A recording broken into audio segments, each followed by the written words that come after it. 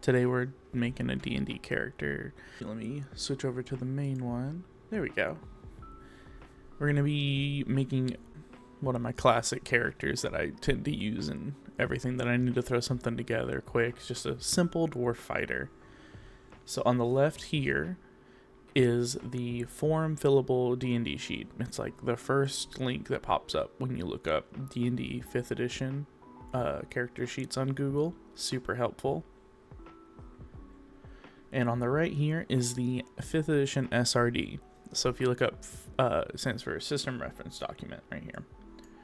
If you look up 5e SRD, it's the second link. You want the one with the 5. The other one has a lot of fan-made stuff in it. Isn't always allowed in your GM's game, I would assume, because some of it's not tested at all and just plugged in there. The System Reference Document is bare bones rules. It's just going to cover just enough really to get you playing. Let me pull up the order list so I know how to do this. So first up, it wants us to choose our ancestry or race. We're going to pick dwarf, like I said. So I should explain what I'm doing. Up here is our little index. So we could actually probably just scroll down to character, yeah. But clicking it's more fun. So we scroll down to character and then we want dwarf, because of course we do. So the first thing, we're going to put dwarf right up here in the race category. And not all, but most races have sub-races. In the SRD, we just have the hill dwarf. So on the document, I'm going to put not just dwarf, but hill dwarf. So if it matters in the game, we'll know. It does matter because it gives us a score increase, but we'll get to that. So dwarves have a bunch of different traits, as you can see here. Every one of these bold things is a different trait for one. The main thing we're looking for is ability score, speed, not size, speed, and then anything after that is going to be an extra trait that'll help us out. Age and alignment and size are not most important thing in the world.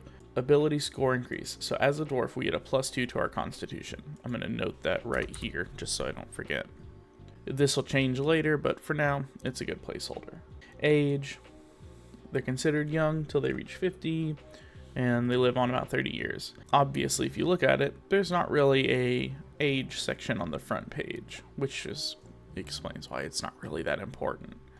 But if we do go down to our second page, where it kind of gives us our description of our character, there we are. We're going to say he's like 70, like 25-ish, equivalent of human life, I guess. Alignment, most are, okay, so alignment is actually up here on the first, even though it's really not used that much. Most dwarves are lawful. They tend towards good with a strong sense of fair play. Yeah, that's fine. We'll put lawful good. This just means like lawful versus chaotic and good versus evil. So lawful means you follow the laws, you do what's right within the bounds of the laws. So like, you're not really a fan of stealing to feed somebody that's in need or something like that. Chaotic is more about doing what you want, like the id in Freudian psychology. And then good versus evil is pretty self-explanatory, but I tend to think of it more as self-interest. So evil is self-interested, and then good is more community-minded. So lawful good is fine. We follow the rules and we care about the people around us. So then size is... oh, I thought size was here. Size does not really matter unless you're doing larger characters, because a small character and a medium character take up the same amount of space on a grid map. So between 4 and 5 feet tall and average 150, sure, we'll say that. We'll say 4'6", 150 pounds. Not tough there. So speed, our base walking speed is 25, but it is not reduced by armor. So speed will go right here in the named slot. So 25. So our first skill, dark vision. Right down here, features and traits. I'm just going to copy this word for word from the system and paste it right here. Then I'm going to cut that out because that's just flavor. So we can see in dim light 60 feet as if it was bright light, and in darkness as if it was dim light, which just means we see in caves well, obviously. Dwarven resilience. We're resistant to poison. So we have advantage on saving throws against poison and resistance to poison damage. So 2 different kinds of resistances, actually. Dwarven combat. We're naturally proficient with battle axes, hand axes, light hammers, and war hammers. Tool proficiency. We get one of these artisan tools. Artisan is like a craft skill. We can get a smith's tool, a brewer's kit, or a mason's kit. I'm gonna pick a mason's kit, so if there's ever any questions about like stone or how a building is made, I can look into it. We'll go over what proficiency means in a moment. Oh, speaking of stone, we get stone cutting. We get advantage on, we get double our proficiency bonus whenever making a check about stonework. So maybe we don't need mason's tools. I forgot that was a part of it. Let's switch it over to brewer's supplies then. And we'll just be, let's do smith's tools. We make our own tools and weapons and stuff. And then we also have stone cutting naturally. And then languages. So languages go over here. Languages, common and dwarven. So then we get to our subrace. Ability score increase. Excellent. We get a bonus in wisdom. And then dwarven toughness. Put this in traits as well. We get an extra hit point per level, basically. Because we start at first level and we gain more every time we level up. So, but in hit points, we're going to put a +1 for now, so we remember. Okay. Next is our class. We go back to our SRD. We back click to characters, and we can scroll down and click classes, but I'm just going to click it up here. And we're going to pick fighter. So this looks like a lot, but we're only looking at this first slot right now because we're building a first level character. So level first. So right up here, class and level. Put fighter 1. Oh, let's put our name up here. Pause from the class real quick. So background we'll get to in a minute, but experience points, if your game is using experience points, you start with 0. If it's not using it, you can leave it blank or put like a not available or whatever. We're going to put a 0 just for filling out everything we can. Okay, so back to the class. We're at first level. We get a proficiency bonus of 2. So that goes right here in this little circle, +2. What proficiency is it's your ability to do a skill. Think about who you are as a person. Do you know how to drive cars? Well then, if you had to make a driving roll of some kind in D&D, you would get a +2 to that because you are trained in that. But do you know how to fly an airplane? Probably not. So if you rolled like a piloting roll, you wouldn't get that +2. Okay, so that's our proficiency bonus. Next, more features. We get a fighting style and second wind. So let's scroll down. Oh, more features. Okay. Let's see the fighting style first. That'll be easy. Okay, fighting style. We get a particular style of fighting from one of these options. There are more options with more handbooks, but again, we're just using the SRD. So we're going to pick protection. So down here, features and traits, we're going to add fighting style, protection. I hope my keyboard is not too loud. And so what that means is whenever somebody is getting attacked near us, we can use our reaction, which is part of our turn, to make them make the attack at disadvantage while holding our shield. So I'm just going to, again, copy this, and I'm going to put it in little parentheses, and now we know. So then we also get our second wind. Once a rest, we can use a bonus action, which is, again, part of our turn economy, to regain a little bit of health. Okay, let's scroll back up here to the rest of our class features. Hit points. So we get 1d10. We get hit dice and hit points. We get a d10 per fighter level. So right down here, we have 1 because we're level 1, and our hit die is a d10. So on a short rest, whenever we're taking a break in the middle of the day, we can roll hit dice to regain health. Then for our hit point maximum, along with our 1 we get from being a hill dwarf, we get 10 plus our constitution modifier for first level. So first level, you get the max From then on, you roll this, add your Constitution modifier, and for us we had a 1 as well to get it. So first we're gonna put plus 10, so that's plus 11 total. We should just we'll keep it that so we know it's split up. And then again, like I was saying, we roll for our health afterwards. Other proficiencies, this is where we're gonna put these ones. So I'm just gonna copy these all for the moment. Oh wait, see, actually, just these. We're gonna copy those real quick and put them here. So you might see, oh hey, we've got armor, all armors and shields, weapons, simple weapons, and martial weapons, and tools, none. Well, that last one's simply not true, because we have tool proficiency from our race. So we can add smithing tools right here. You're going to say, well, we also get all these weapons and stuff from the combat training. All of these are encompassed in simple and martial. Really, these could just say all weapons, but it doesn't hurt to keep them separate. So proficiency in armor just means we can wear that armor without taking a detriment, which is fine. Like, that's good. We don't want to have pain from wearing our armor. For weapons, though, we do get a bonus, and you'll see that in our attacks here in a moment. But next is our saving throws. So we get strength and constitution. So these little dots help us remember which of our stats we get what from. So a strength saving throw would need to be made if you're trying to like avoid being pushed over, or maybe holding up a door as it's crushing down. You can make a strength save. So we would add our strength score and our proficiency score together to get this. We'll get to our scores in a moment. And then constitution is often used to resist like poisons and stuff. So we're hardy and we're strong. And then we get skills. We have to choose 2 skills from this list here.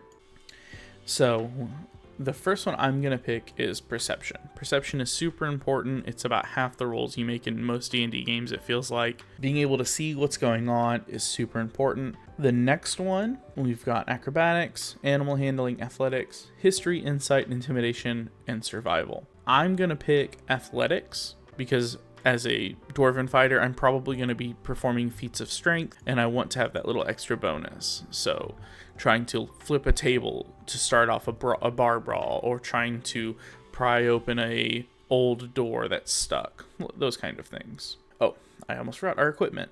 So right here we have our equipment. We start with the following additional equipment. So we can do chainmail or leather armor and a longbow. Let's see if we can pull up those over here real quick. Let's see, rules, combat character, string. There we go. Armor. No.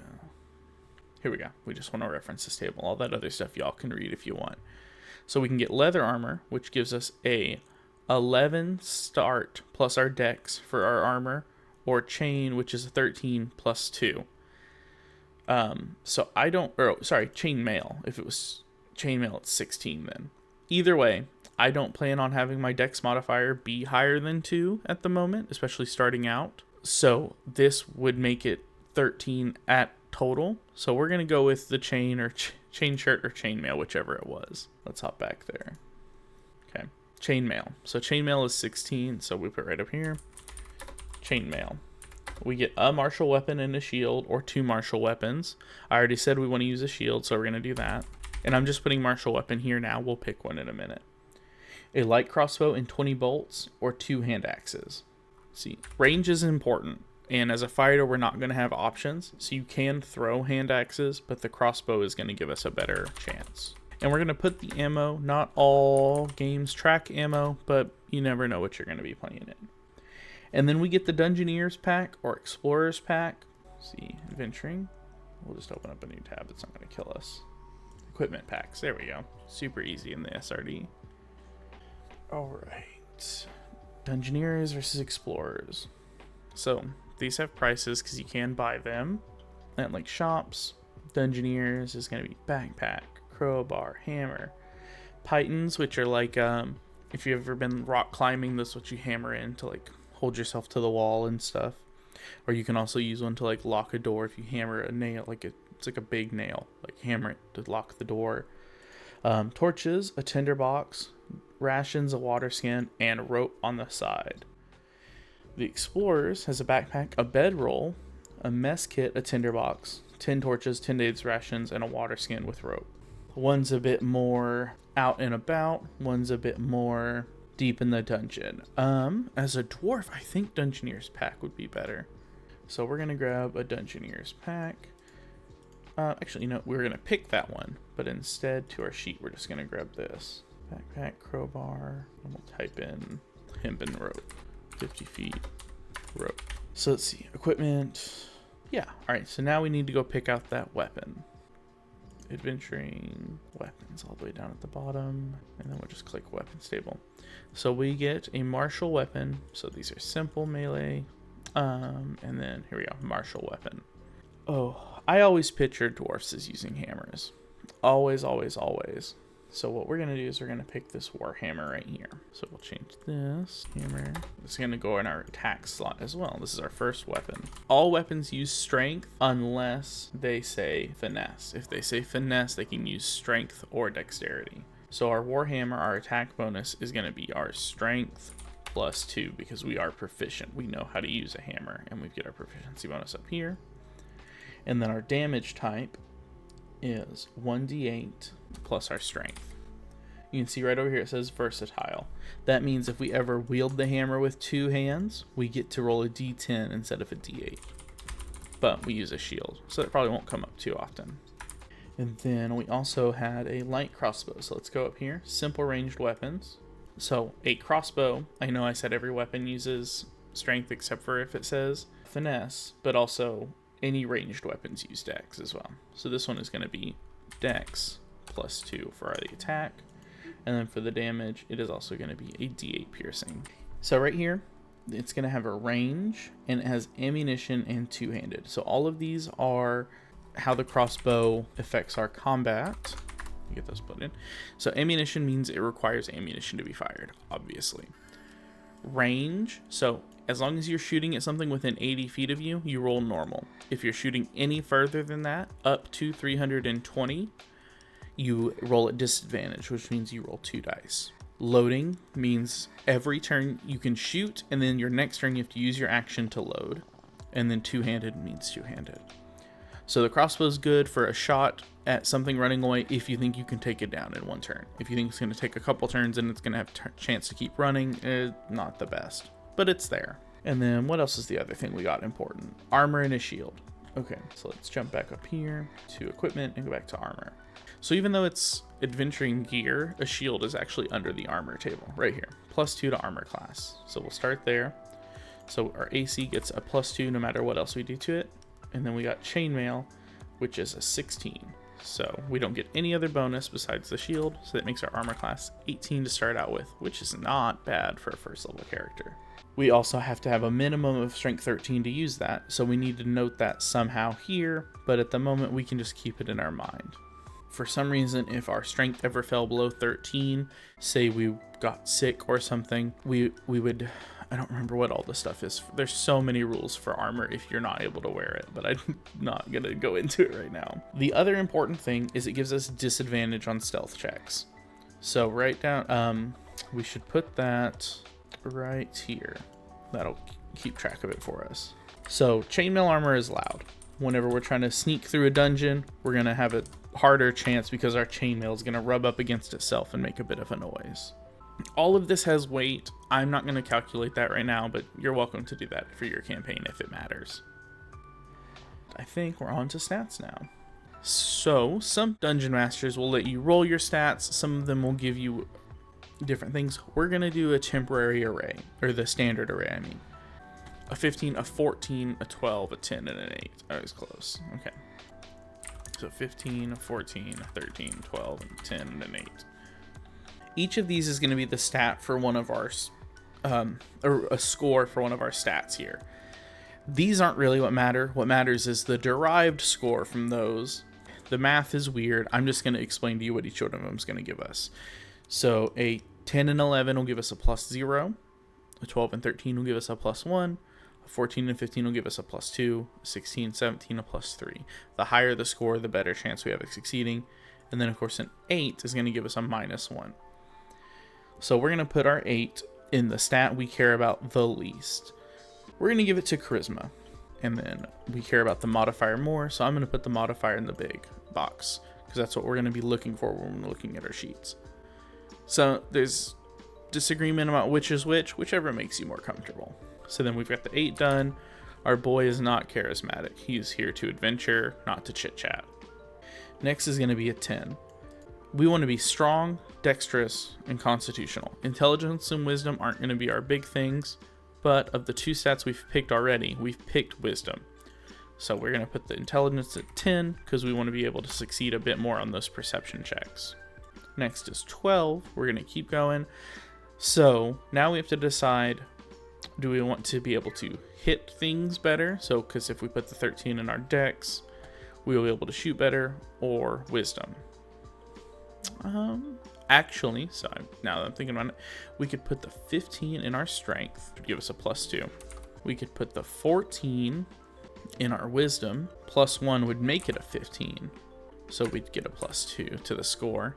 And then we could put the 13 in constitution, also making it a 15, also giving us a +2, leaving a 12 for dexterity, which would give us a +1. And that way we have 3 +2s across our character sheet. Fine and dandy with me. This is probably the most difficult part, is knowing where to put these stats. Your main thing is if you're a fighter or a paladin, or you're going to be at the front of your party, you're going to want a big constitution so you have better health, and you're going to want a big strength or big dex so you can do the most damage. If you are a spellcaster, you want to put your biggest number in whichever your spellcasting ability is. But now that we have our constitution modifier, we can get our health points. So we know our health for starting is 1 from being a dwarf, a hill dwarf, 10 for being a fighter, and 2 more, because of this right here, for being a constitutional fighter. So that's 11, 12, 13, and then we have 13 total. All right, that has got us our hit points, and then we can start filling these stats out. So strength, our strength saving throw is actually a +4. We're just gonna put a 4, so it's still small either way. So yeah, +4, why not? Our constitution is going to be 2 + 2, so +4. The rest of these will be whatever the score is. You can fill them in, you cannot, that's up to you. We're not gonna for today. Athletics is 2 + 2, so it's a +4. And then perception is 2 + 2, so that's a +4 as well. So we will get more of these stats in a bit, but at the moment it's not important. Oh, lastly, we'll do this one as well. Passive wisdom or perception. So our perception is 4. Passive means it's just average. So our passive wisdom, this is just our general awareness of situations. If we walk into a room, it's like we naturally roll a 14 when we walk into the room. So if there's somebody hiding and they've rolled a stealth check and got a 13, we will automatically notice. Let's pull up the list again. Personality and background. Perfect. Okay. So now we can close this again. Character, backgrounds. So backgrounds have a list of things from them: acolyte languages, equipment, and suggested characteristics. Let's see, is there anything other than acolyte? We'll do acolyte then. So acolyte means we've spent our life in service to a god or pantheon of gods, all this kind of stuff. So we'll go with the Faerun god. We're a follower of Moradin. So let's see, where does our background go? Let's put it in alliances. Background, acolyte of Moradin. Moradin, that'll be fine. If it's wrong, it's close enough. The important thing is, from being an acolyte, we get more skills. So we get insight, which is like reading people, knowing if somebody's lying or telling the truth, if they have good intentions or bad. We get insight, which is a wisdom skill. So again, 2 plus proficiency, so +4. And knowledge of religion. It doesn't say knowledge, but any intelligence score is a knowledge score. +0 naturally, but we have a +2 more because we're proficient. If we're trying to think if we know history of a certain religion, we will get a +2. But like, say we're trying to know like what plants are good to eat, or if an animal is natural around here, and we roll a nature knowledge, we're gonna get an intelligence or history in there. If we're trying to find out the history of the world, we're going to just get a 0. If we're trying to figure out knowledge we have about our religion, we'll get a +2.